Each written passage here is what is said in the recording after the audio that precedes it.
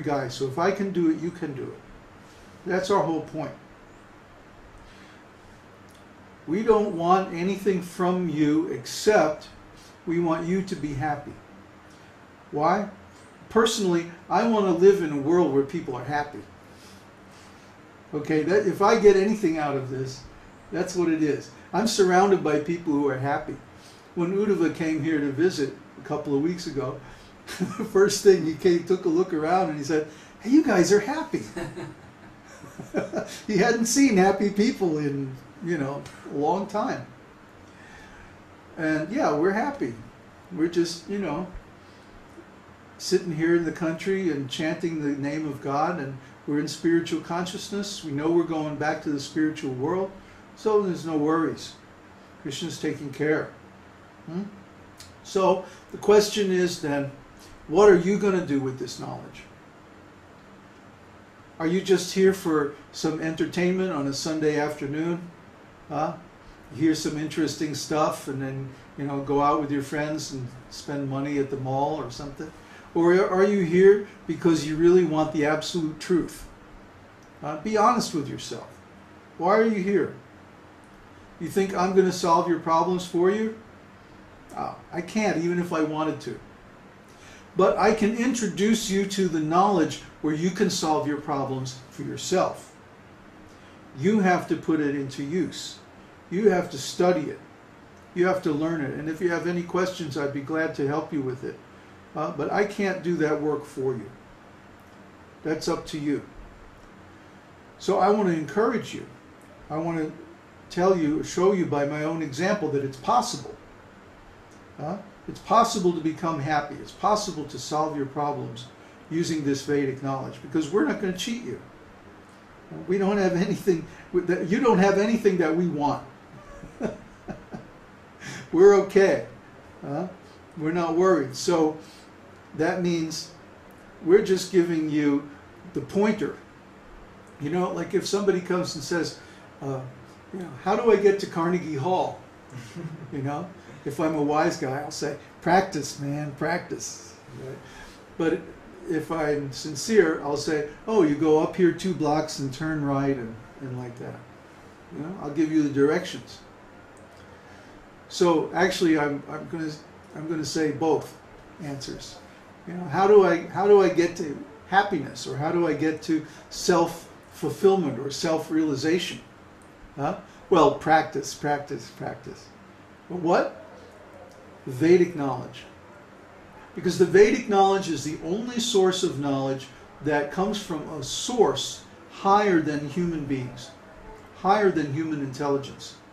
The Vedic knowledge is coming from the Supreme Personality of Godhead Himself. So this knowledge is perfect. And actually, that's the only assumption in our philosophy. Every other philosophy has a whole bunch of assumptions that they make. That this is true and that's true and the other thing is true. And then they reason on top of that. But we're not saying any of that. We're not, like the scientists say that, oh, matter can create itself. We don't say that. Or that evolution is true. We don't say that. We don't assume that.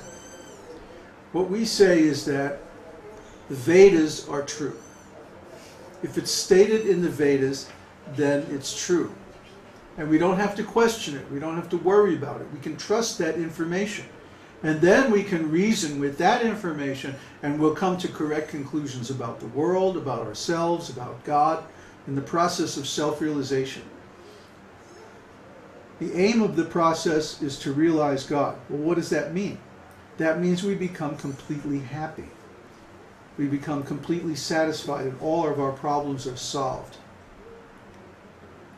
So this process of self-realization is the greatest gift that anyone can give. I feel, just like Bill Gates has got so much money, so what does he do? He starts a big charity foundation, and he's giving away so much money. And, he might get tax advantages but for doing that, but, he's sharing his wealth. He's got more than he needs. Well, I feel the same way. I've got more than I need, more knowledge, more pious activities, more different ways of approaching God that even I personally need. So I can share them with others. I can freely give them away and not have to worry, because I've got more than I need. So you can also come into this same position. You can also attain the same things. Whatever I've attained, whatever Srila Prabhupada attained, you can attain those things. They're not out of reach. Some people like to portray the spiritual path that these things are way, way far away, out of reach, and it's going to take millions of lifetimes to get there. But I don't see it that way. In Vedānta-sūtra it says, you can attain self-realization in this lifetime if there are no obstacles. In other words, if you don't have any big sinful activities in past lives or in this life. So if there's no obstacles, anyone can attain in this lifetime by the attainment of transcendental knowledge. And the easiest way to do that is by chanting the holy name. So we advocate this process of chanting. And the more you chant, the more progress you'll make. So it's late. We started late because of technical problems. So I'm going to open the class up for questions. Please send your questions on the chat window, and then we'll try to respond.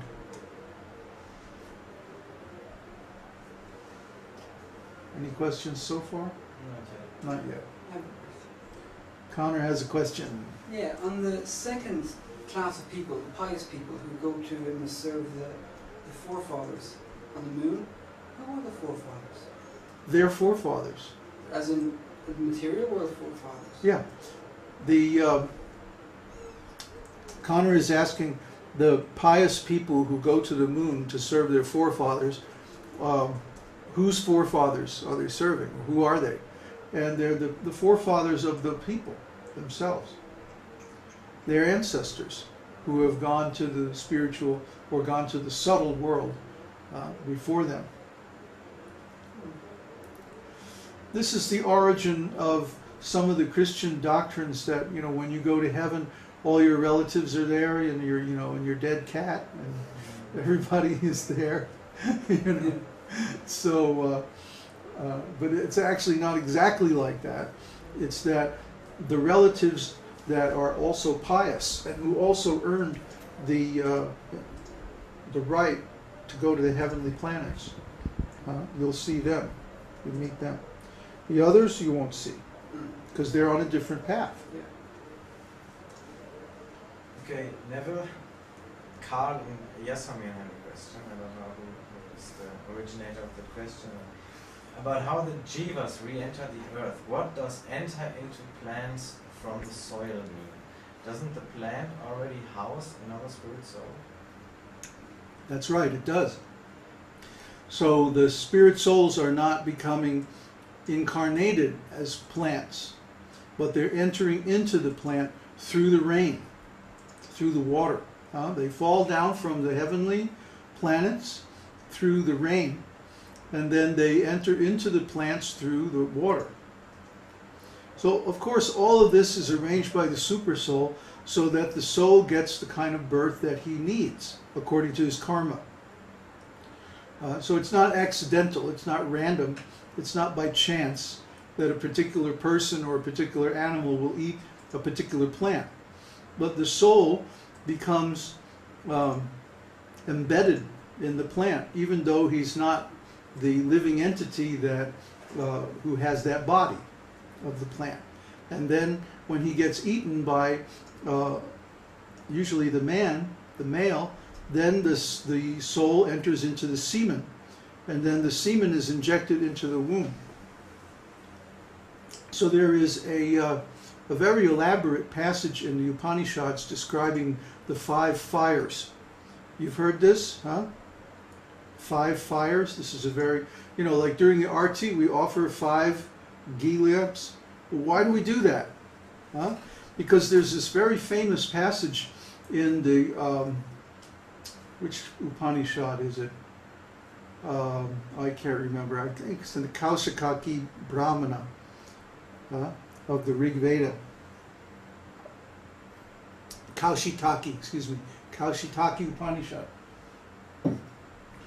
that describes the 5 fires. This is very esoteric stuff, but basically the libation of the 5th fire is when the semen is offered on the altar of the woman. And then the result, of course, is the human body that the soul takes. So we can understand that the soul is a spiritual atom, atomic in size, smaller than a material atom. The soul is described, the size of the soul is described as if the tip of a hair is divided into 100 pieces, and each of those pieces is divided into 100 pieces. The resulting particle is the size of the spirit soul. I did the math one time, and I figured out that the size of the spirit soul is smaller than a material